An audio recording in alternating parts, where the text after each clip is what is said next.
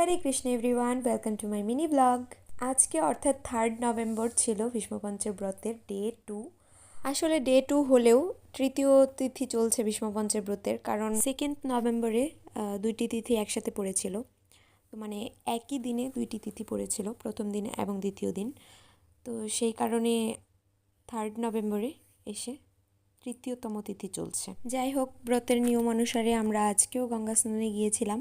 আর তার আগে ভগবানকে দর্শন না করলে তো চলে না, তো ভগবানকে দর্শন করে আমরা সোজা চলে গেলাম গঙ্গার ঘাটে।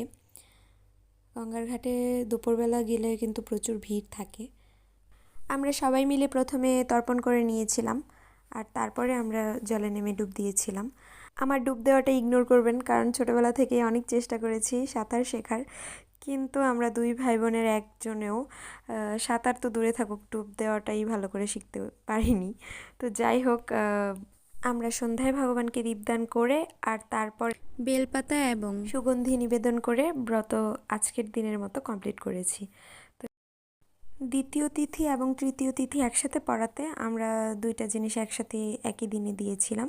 সেটা হচ্ছে ভগবানের উরুদেশে বেলপাতা নিবেদন এবং নাভি কমলে সুগন্ধি নিবেদন।